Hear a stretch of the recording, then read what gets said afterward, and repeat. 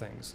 So here's something called the Registry of Standard Biological Parts, where they look into the genome and they say, well, look, we all use promoters, we all use activators, we all use repressors. Why don't we characterize these things? Let's measure their activities so we can report them in standard ways. Let's give them the same fittings on the end so that we can put them together in a standard way. Yeah? Is there a risk that by doing things like this, that you can extreme that you lose some of the perspective of dynamic nature? Oh, yeah. So the question is there a risk for doing this? There is. I'll try to address that in the end. But you can make catalogs of parts. And if you can make catalogs of parts, can you do something interesting?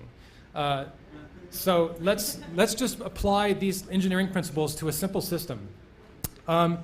Here's where you want to engineer some bacteria, which usually don't smell very good, to do either of two things. If they're growing in exponential phase, so if you take some liquid broth and put bacteria in there, they'll grow in what's called like wide open, pedal to the metal, full out mode, where they're consuming all the nutrients and they grow at a certain rate. But at some point they exhaust all the nutrients and they slow down, and that's called saturation.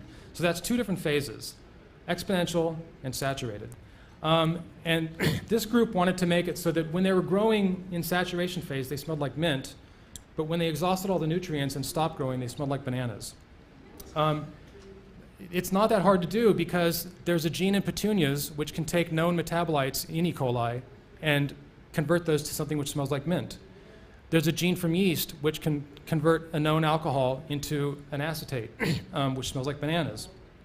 So if you wanted to make this construct, you would simply have to take E. coli and these two genes and make something called devices. So here's where abstraction gets involved. Instead of thinking of the complexity, if you could go to the standard registry of biological parts and pull off these devices from the shelf, then you could put them together. In this case, the chassis is a strain of E. coli, which somebody has already made so that it doesn't stink very much. It doesn't really smell like anything. It's an off-the-shelf part. Each of these devices is composed of those two genes I showed with some regulatory stuff. So in the end, you've got two reporters. One is going to smell like mint, one's going to smell like banana. But remember, they have to be controlled by the cycle of the cell, like what state the cells are in. So you can use a promoter. In this case, the promoter here is a promoter that's on when the cells are in stationary phase. But it's not on when they're in rapid growth phase, okay? But that's really all you need, because you can take that same promoter and go to the registry of parts and get something called an inverter.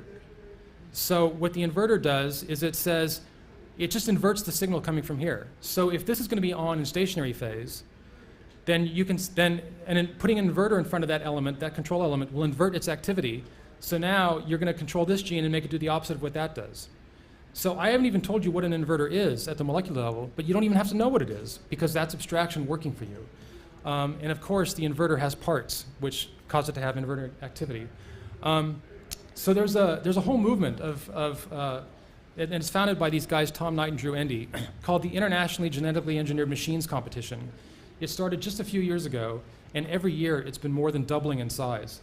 And the idea is for people to get together and think of ways to take parts and put them together in novel ways to do things. Here's just a couple of examples of a cell-cell signaling network, where cells with the same proteins are signaling each other, and depending on their location, depending on their growth location, they're sending out signals and responding in different ways. These are E. coli cells which are cycling through 3 different colors of proteins. Here's a network for engineering 3 different cell types to play the Simon game, where the cells will only respond if they're given 3 cues in a particular sequence. If you mess up the sequence, they won't respond. These are E. coli which have been engineered to respond to light. So in response to light, they pump out blue molecules. Here's an example of using yeast to grow a malaria drug. And this is an example of getting mice to see a color that they couldn't see before. It's not necessarily a circuit, but it's just a way of changing and adding a new activity to a system that I thought people would find interesting. So I think the last thing is decoupling. I'll just go through it really quickly. The idea here is to reduce complexity. This is a viral genome. Viral genomes are packed really, really tight. They're hard to study because there's so many elements. which overlap. So here's two genes which overlap with each other. So they're hard to study. You don't know why they overlap. You don't know if they have to overlap. So this guy, Drew Endy, took this T7 genome, which I've shown here, and he separated all the overlapping genes and basically made 600 simultaneous changes to the genome. And yet the phage are still alive after all that. Huh? It's a form of compression, but the notion of biological compression is difficult. And this was a first example of someone taking a genome-level approach, making so many simultaneous changes, and the thing is still alive. So this is something that people are doing now, is trying to tweak genomes, and how many changes. So you're going to simplify the system so it's easier to study. This could be really important if you want to try to design a virus that's going to go attack cancer cells. So I'm just going to stop there because there's, last thing is parts. We need more parts. If you want to make parts, find parts and use parts, we need more parts. So this guy went out and filtered seawater around the Earth and ended up isolating like 1 million genes just from seawater. So now we got lots of parts. It's very important that these engineering principles I talked about, there's no known engineering principles for dealing with machines that reproduce or evolve. This is essential to think about because, like you said, there are risks here, and dealing with them is going to require a lot of open standards, an open community, sharing information, much like the same ethics that exist in the hacker community, and so on. So that's it.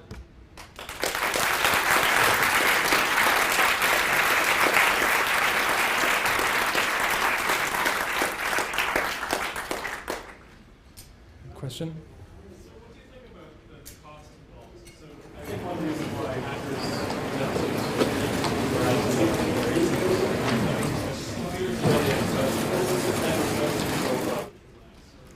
Yeah, so the question has to do with cost. It can be expensive to do biological research, but if you've ever thought about biotech startups, they often take place in people's garages. So there are ways to get things done that aren't that expensive, but there's also things like Make Magazine, which will tell you how to build a thermocycler for like $100. So you can do a lot of powerful things with that $100 of technology. For that $100 piece of technology, you can build new genes, which, so it is possible to do things even without a lot of money.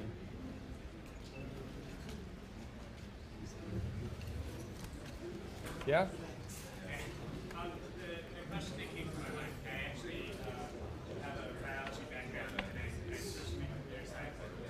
And one of the things I know even years ago is that you're talking about how inexpensive a lot of this stuff is. Like there's those articles about how to do PCR in your own kitchen with like 3 pots of water or something like that. What about like the lunatics? Like, Yeah, well, the lunatics, that's why we need an open community. Because you have to be able to monitor each other. If somebody does something bad, you need a lot of knowledgeable people to respond. The last thing is that the Defense Department is thinking about this. So companies which do gene synthesis, if you decide not to do it yourself, you can order genes from a company. They're watching. If you order smallpox virus, you're going to have a knock on your door. So we have to be done now. I think the next talk is coming up. Yes. I have some other questions if you are not running off else. I'm not running off. fantastic talk.